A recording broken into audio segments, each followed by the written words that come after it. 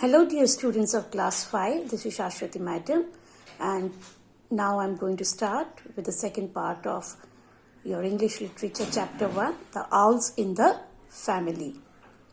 So we had discussed the previous day that this is a story written by Ruskin Bond. He was a lover of nature and he was born and brought up in Himachal Pradesh. So let's start. Please turn to your book or you can follow the video. So please turn to page number 18 and let's start. The bird is not normally afraid of man, nor is it strictly a night bird, but it prefers to stay at home during the day, as it is sometimes attacked by other birds who consider all owls as their enemies.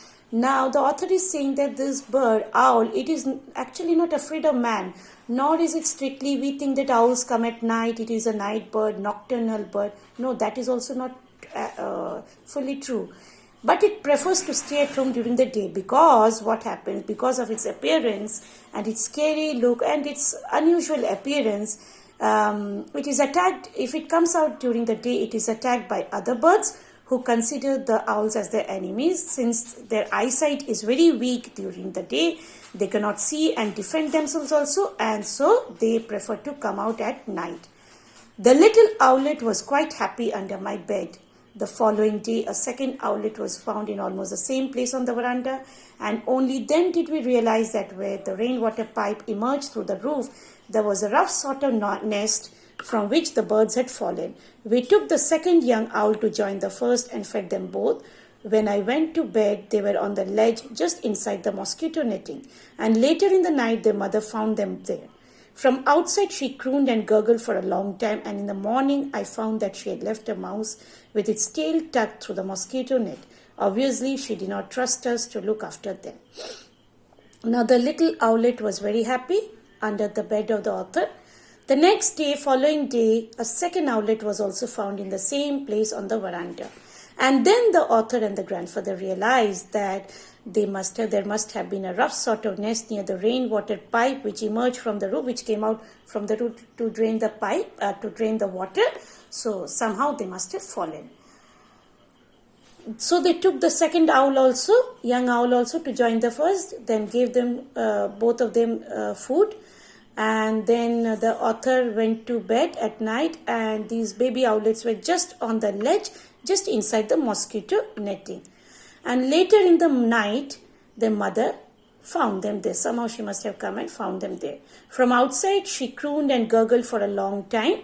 She was making sounds which were meant for her babies for a long time, the author had heard. And in the morning, when the author opened his eyes, he saw that the mother owl had left a mouse with its tail tucked through the mosquito, under the mosquito net, so that it did not get displaced. So that means that the mother owl did not trust the human beings, that is the author and the grandfather, that whether they will be taking care of her babies or not. So she had brought a mouse for them. The young birds grew well, and 10 days later at dawn, grandfather and I took them into garden to release them. I had placed one on a branch of the mango tree and was stooping to pick up the other when I received quite a heavy blow on the back of my head. A second or two later, the mother owl swooped down at grandfather, but he was agile enough to duck out of its way. Quickly, I placed the second owl under the mango tree. Then from a safe distance, we watched the mother fly down and lead her young ones into the long grass at the edge of the garden.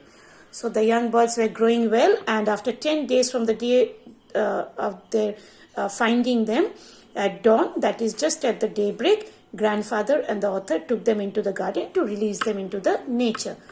Now the author had placed one on a branch of the mango tree and was bending down, stooping to pick up the other, when he received a heavy blow on the back of the head. A heavy blow he felt on the back of the head.